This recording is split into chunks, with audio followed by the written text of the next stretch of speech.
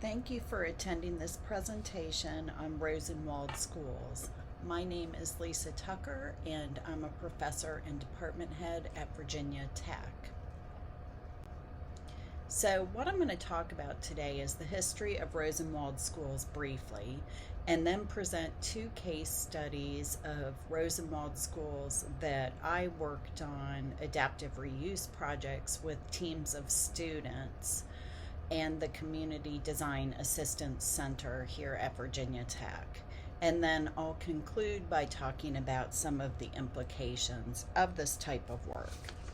So first of all, the story begins with Julius Rosenwald, who was the CEO of Sears Roebuck and Company, from Springfield, Illinois, and then Booker T. Washington, who grew up on a tobacco farm as the son of former slaves in Franklin County, Virginia.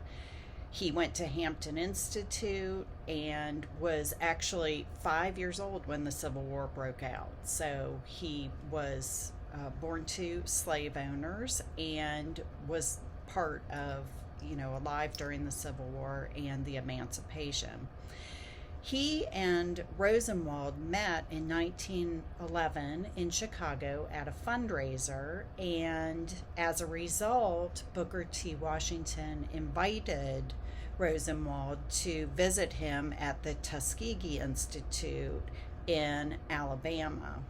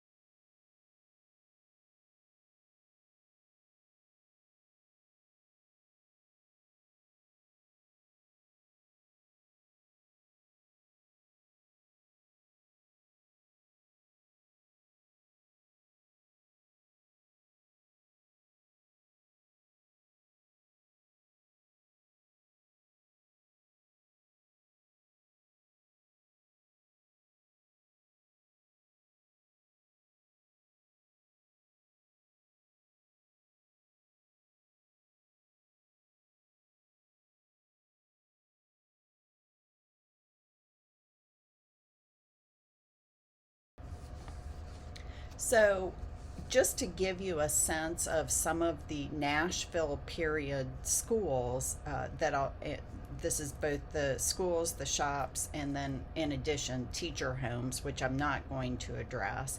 But the community school plans were based on the number of classrooms. So what you're seeing here is a 4 classroom building that also includes an auditorium. And these are pages out of the community school plans book. The more typical types, and some of the ones that I'm going to show you that I have worked on with students, are the 1 room type, and you can see here it's a single classroom with some storage for coats, an entry vestibule, and then at the rear of the classroom is the blackboard, and then also an industrial room.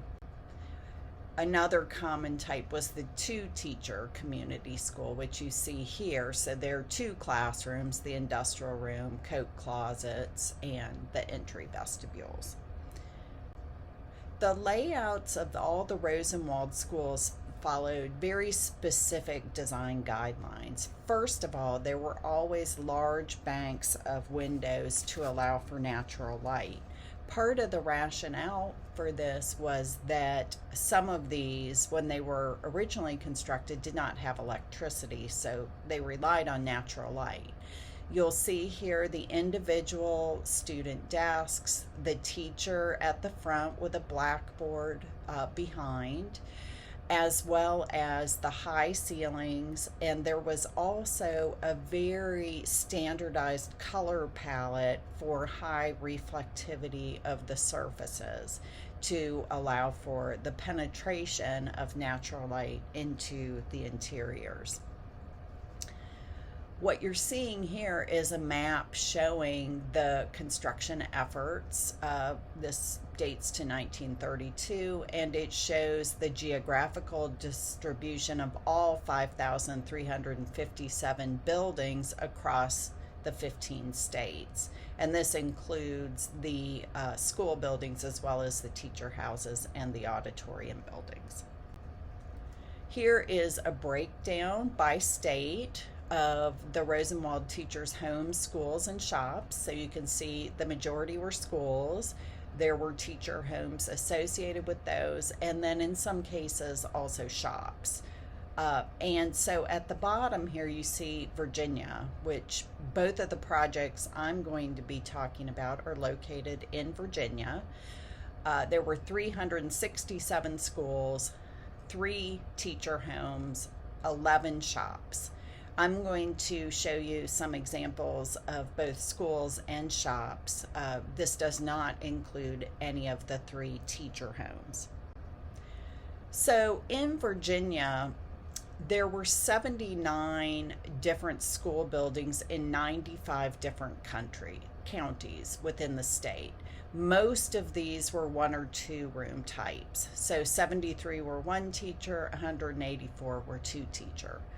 45 of them in larger areas of the state were 3 teacher schools. There were 15 6 teacher schools, 3 5 teacher schools, 4 7 teacher schools, and 5 8 teacher schools. So the majority were the smaller 1 and 2 room schools.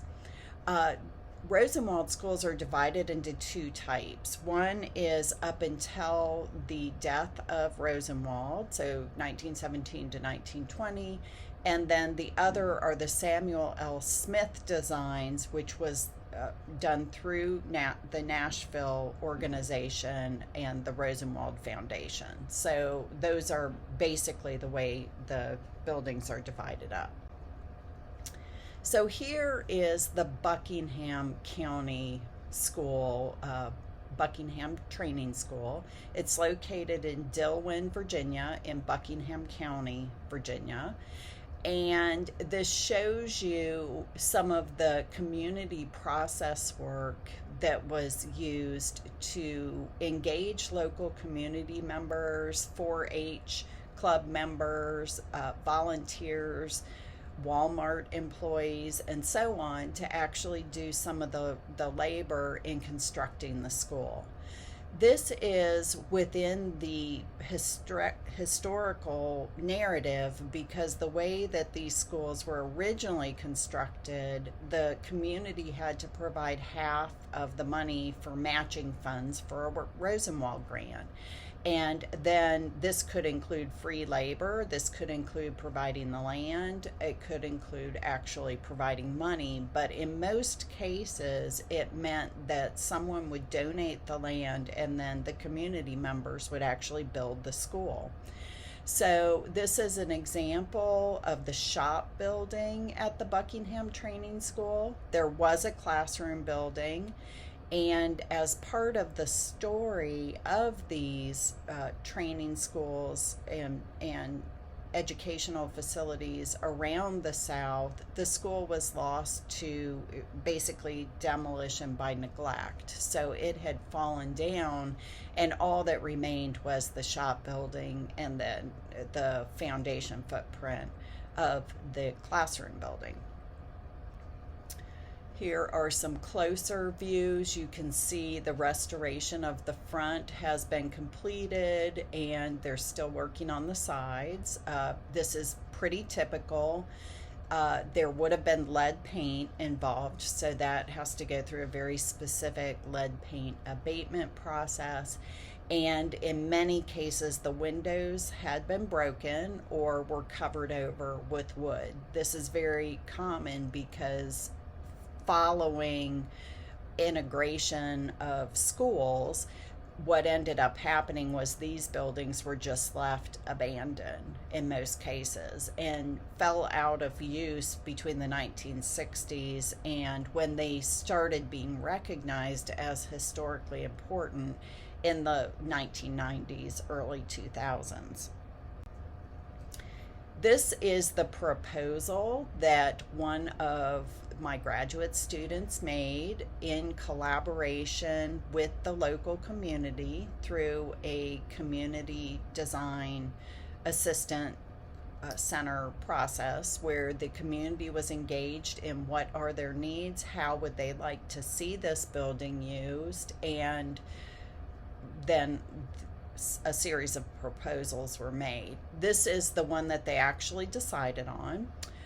So that you can see the two different classroom spaces on the left-hand side will continue to be used, one as a conference type space and one as an education space.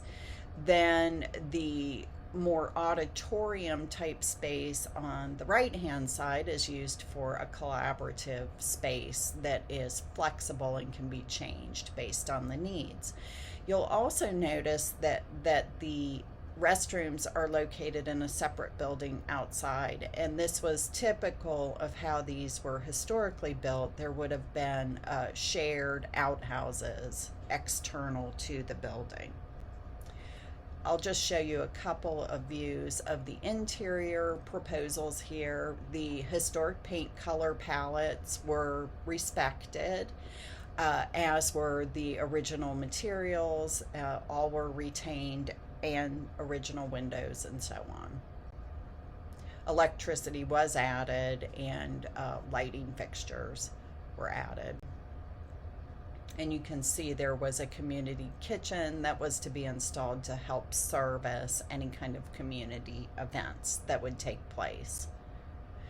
The second example is a much larger complex located in Campbell County. This includes, as you can see from this aerial view, a series of buildings built around a central space.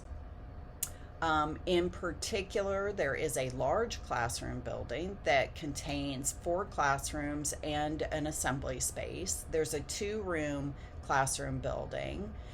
There is also one of the vocational schools and a completely separate and very large assembly building.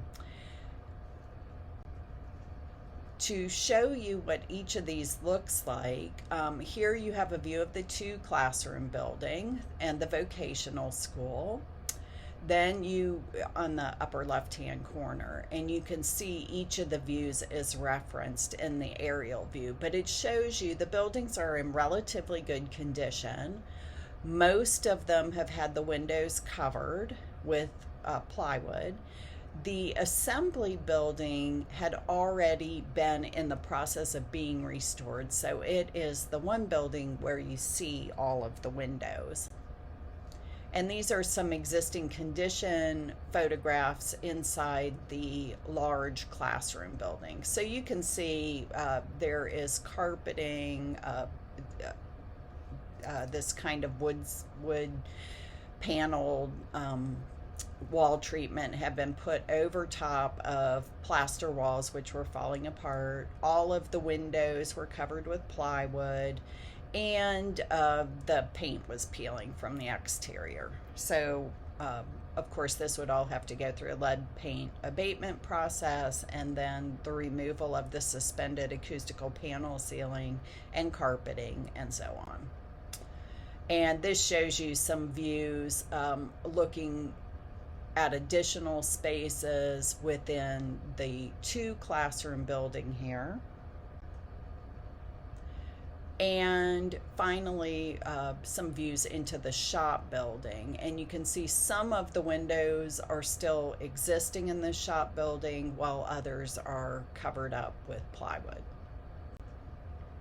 To show you some of the student proposals, again, done with a community group of about 25 people through an iterative process of finding out how they wanted to use the facility and then giving them a series of proposals. You can see engaging the outdoor space to make it more interactive, adding accessibility ramps to make the buildings accessible to everyone, because most of them had stairs, and providing an outdoor picnic area.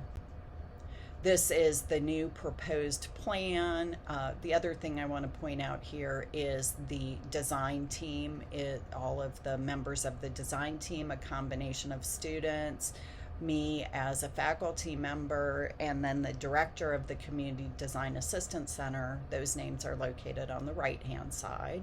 So you can see we've pulled parking out of the central area where it currently is to the periphery and engaged the buildings around a central green space that you can see there.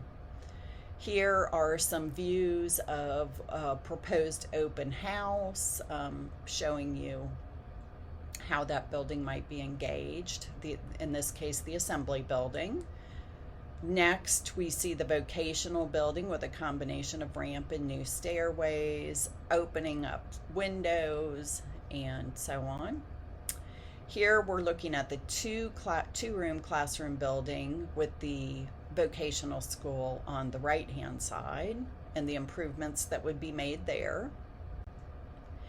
And then I am showing you some plans of how the spaces would be used. This is the large classroom building. The proposal was to make it a co-working space on one side and potentially a daycare facility on the other side, because those were the needs the community expressed that they had. You can see the daycare space here, the co-working space here. And then this was just an alternative plan showing another way that it could be laid out. The idea was to retain all of the existing walls, light fixtures, flooring, and so on, and remove the later additions of suspended acoustical panel ceiling and carpeting. And here you can see the co-working space. This was a proposed layout for the two-room classroom building. One side was to be a traditional kind of historic view of what the classroom would have looked like, and the other is a new sort of conference room that could be used in conjunction with the co-working facility in the large classroom building. And you see that assembly space here for conferences, as well as the traditional classroom layout here. And on the wall would be displayed pictures of actual formal faculty and students, as well as some of the historic views we have of the spaces. And this just shows an alternative layout for that. And the interior views. The final building was the shop building. This one wasn't in as good a condition, so we chose to keep some of the shop areas as is and really just worked on the currently usable portion to allow for additional co-working spaces and an accessible restroom and little kitchenette. And you can see how we're proposing that space would be used here. And another view of that side space with an alternative layout of the furniture and how they might do that. And this shows you the actual shop area. This is very true to what is actually there now. And these are the sources that I used for this project, in addition to the community groups. And thank you so much. If you have any questions for me, I'm happy to answer them by email. I appreciate your time, and I hope you enjoyed this presentation.